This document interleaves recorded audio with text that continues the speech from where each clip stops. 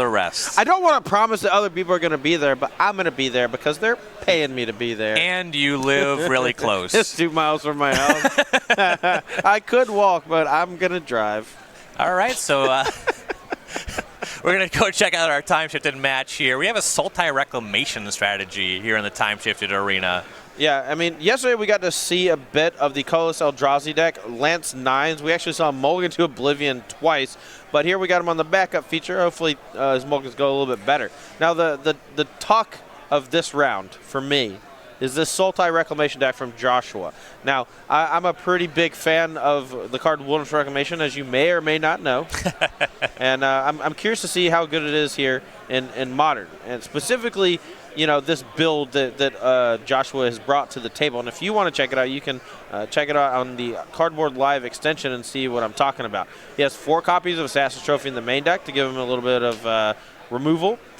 He's got 1 copy of Blue Sun Zenith as well as 1 Nexus of Fate. So if he generates enough mana, he can draw his whole deck and then take infinite turns.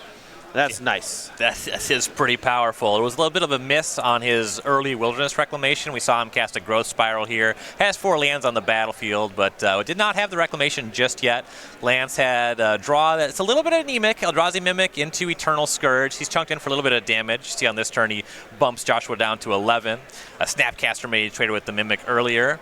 Chalice of the Voids have been caught by Remand, and now Cryptic Command. Can Joshua get a Reclamation online? Yeah, I mean, then that's always the trick with the Reclamation decks. You have a lot of cards that are generally pretty good. But a lot of them are like cycle, kind of spin the wheels. And here we just need to find some way to generate that extra mana, whether it's Wilderness Reclamation or just hitting all your land drops. We saw Joshua miss a couple land drops already this game, and we'll see if he's able to draw out of it here. It looks like with a Remand on a Reality Smasher, should be pretty decent from here. Yeah, able to buy a little bit of time there. Yeah, that was the first major threat Lance had tried to deploy. Josh is able to tag that, sticking around at 10 so far. A Snapcaster Mage is in hand. He has that Cryptic Command in the graveyard still. Now, one of the biggest innovations to Sultai Reclamation was, I don't want to take credit for it because I'm sure someone else also thought of this, but I thought Hieroglyphic Illumination would be insanely good with Wilderness Reclamation because it's a card you can cycle early on, like to act like one of those Serum Vision Thought Scour type cards that you see in a lot of these blue decks. But once you get the engine running and you get a lot of mana, just being able to spend 4 mana to hard cast it is more than welcome.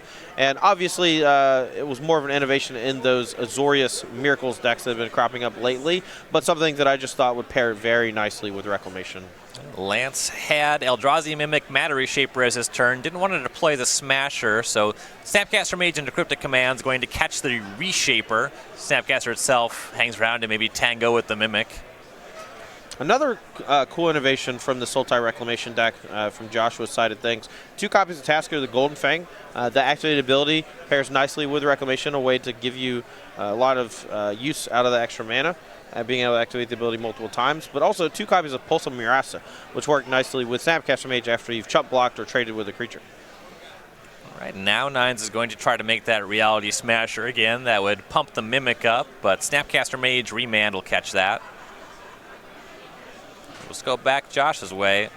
Now, this is the stage of the game where he's been able to tread water pretty significantly now. If he could get a Reclamation online, it'd be easy. And he still has just a really heavy hand of cards. So it's not that tough for him to keep interacting. Yeah, now he's going to play a Tasker, the Golden Fang, and still has 6 mana at the ready. And a lot of cards in hand. Looks like 2 copies of Assassin's Trophy, Mystical Teachings, Hieroglyphic Illumination. The joke here, though, is that he does have only 5 life points to work with. But, you know, he has quite a few things to do with his mana, and we're going to see how he's able to take care of this. He's going to get aggressive. Those 2 Snapcaster Mage will come across. Lance down to 16. I mean, Lance has to be a little careful. If he taps out for something here and gets remanded or hit with a Cryptic Command, you know, there's a chance he just gets whooped by Nexus of Fate, you know. Yeah, he's going to cast Thought Knots here. It's like there's going to be a response of Mystical Teachings from Joshua. Yeah, and again, we see time and time again these powerful tutor cards with tutor packages in decks. And this Thought Knots are going to hit with a Remand. 6 mana for a Remand is not a great rate, but as long as it does what you want it to do and you have the mana to invest into it, it's more than fine. Yeah, looked more than fine to me. Yeah, now Josh is actually going to force Lance into a chump blocking situation. He's going to attack with everything. And if Lance doesn't block, a Nexus of Fate is going to put him in a bad spot. He's going to take 6 here, down to 10, and then Nexus is going to let him untap, attack for 6 again, and then still have use for all that extra mana. And these decks do play the 1 Nexus. There's 2 copies of Mystical Teachings. Josh not really at the mana to just kind of chain that, but that is a theoretical endpoint for this deck, especially when you have Wilderness Reclamation online. Right, and putting Lance down to 4 here with the attack, and with multiple copies of Assassin's Trophy in hand, Joshua is just winning the game the hard way. You can see the control and tempo sides of this deck really coming out, and in a lot of ways it starts to resemble that of Splinter Twin, but without the really disgusting gameplay aspects that make you never want to tap out, you know? Right. And there, Joshua seems like he took it down pretty easily. Another Reality Smasher just got hit with another counter spell, and that was all she wrote. Yeah, once you get to Cryptic Command mana, you have this deck that draws all these extra cards, generates so much excess mana. Just, you're able to keep leveraging that. It's just so powerful. If you get to a stage, if you had Reclamation Teachings, would make it so easy. All right, so for sideboards here, the Colosseum Eldrazi side, Lance Nines has 1 copy of Pithing Needle, 3 Ratchet Bomb, 3 Relic of Progenitus, 4 Leyline of the Void, 3 Spatial Contortion, and 1 Warping Well. And if you want to take a look at this for yourself, make sure to check out that Cardboard Live extension. You can see the full deck list, including the sideboard, and you can try to figure out how you would sideboard. But for me, if I'm Lance Nines in this spot, you got to see those Snapcaster Mages are a pretty huge aspect of this Sultai Reclamation deck. With that said, you don't want to go overboard, so I think even though he has access to 4 Leyline of the Void and 3 Relic of Progenitus, I'm probably just bringing in Relic of Progenitus because it can cycle, and then getting the 4 Dismembers out of my deck, and maybe bring in something like a Warping Well or Pithing Needle to name something. Yeah, makes sense. Joshua's side of things, 2 Torrential Gearhulk, 2 Abrupt Decay, 2 Crypt Incursion, a Cyclonic Rift, 2 Devour Flesh, 2 Fatal Push, 2 Life Goes On, and 2 Surgical Extraction. Couple answers to larger creatures in there, the Devour Fleshes. I mean, you could give me like half an hour to figure this out, but honestly, I have no idea. This sideboard plan, Torrential Gearhulk having Flash means you can find it with Mystical Teachings, and doubling up on a lot of those really powerful instants like Cryptic Command is a huge deal. The body being a 5/6, eating a Reality Smasher is also a huge deal. So, I mean, I would probably bring in both of those because I feel like this is just going to be a long, grindy game, and it's just one of your best cards off the top of the deck. Now, with that said, Abrupt Decay can kill Chalice of the Void, but it doesn't really kill much else, so it's kind of a downer. And I'm not sure that I would want it in the deck, even though it is one answer to a Chalice of the Void on 2, which is reasonably problematic for stopping your Snapcaster Mages and stuff like that. Crypt Incursion can gain you some life. Devour Flesh can eat a thing, but it doesn't really deal with Matter Reshaper all that well. So, again, there's a lot of half answers that I'm just not sure about.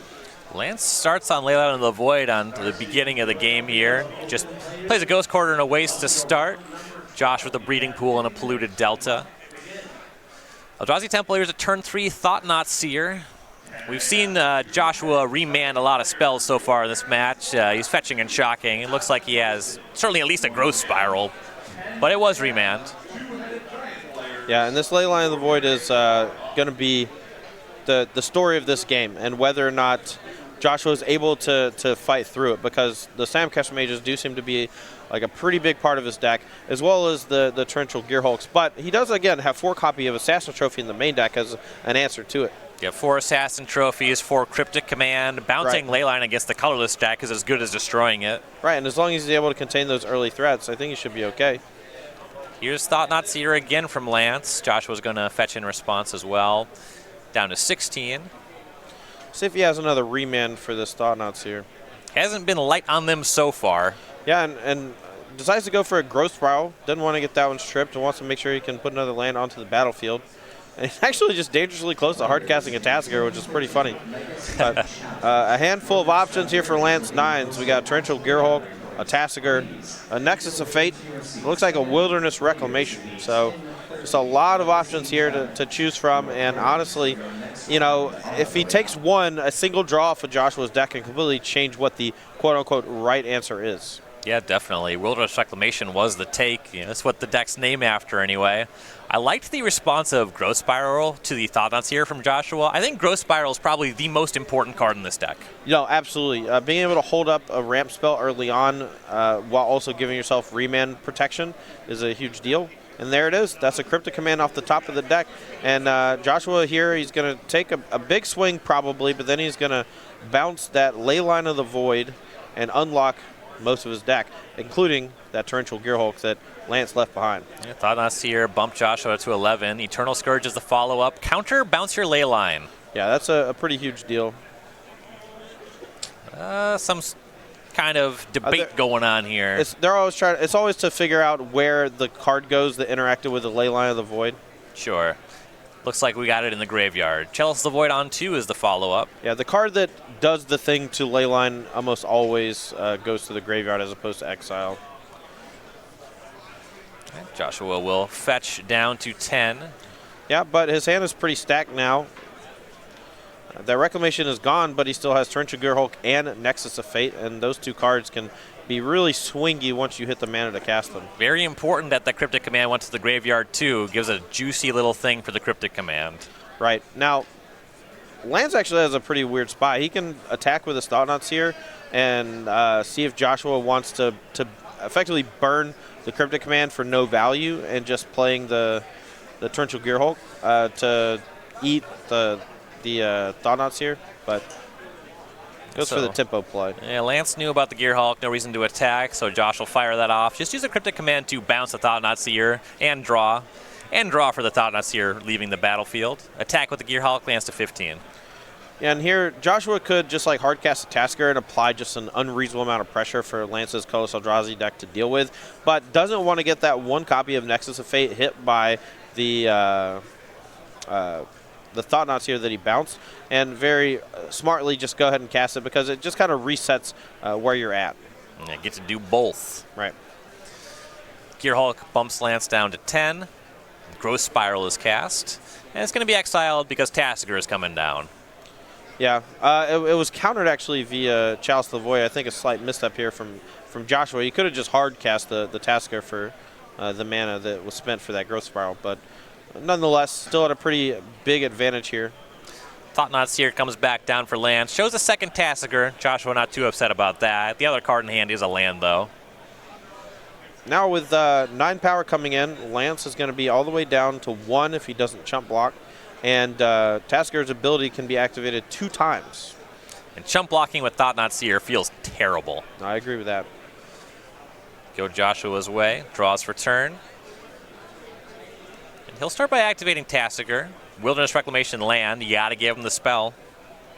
Yeah, and that's just going to let him activate Tassiger more and more times. And there's a chance that he just doesn't even attack because he doesn't want to get hammered by, Reality Smasher on the way back. But a Dismember here in response to the attack takes care of the Tassiger. Now Josh is just left with a bunch of mana and a 5/6. Yeah, takes care of Tassiger before that Reclamation untap trigger, so no more activations on that. And it's in the graveyard. See what Lance can do, though. He's got a 4/4 versus a 5/6 as it stands. He's also at 6 off of that Dismember against Josh on 10. Some ground to make up. No action for Lance, just a land drop. Go back to Joshua. We sure are mystical teachings, boys. Ooh. When you got 400 mana, that's not a bad one. Yeah, with the Wilderness Reclamation? Because it's effectively 2 copies of Nexus of Fate. Yes, yeah. Mystical Teachings, cast it, go find your Nexus, cast that, flash back your Teachings, get it again. Yeah, and with the Reclamation, you just get to float an insane amount of mana. I mean, worst comes to worst, you could actually just go get Blue Sun Zenith, right? Yeah, got Cryptic Command, that's not bad either. All right, we're going to float 1,000.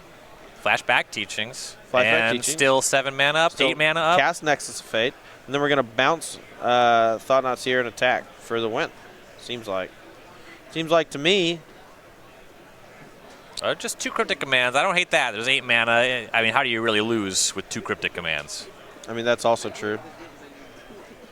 Players have been trying to figure that out for years. I mean, this does play around some wonky thing that kills Torrential Gearhulk, but you have to imagine that if Lance had an answer to Torrential Gearhulk, it would be dead. Yeah, no kidding.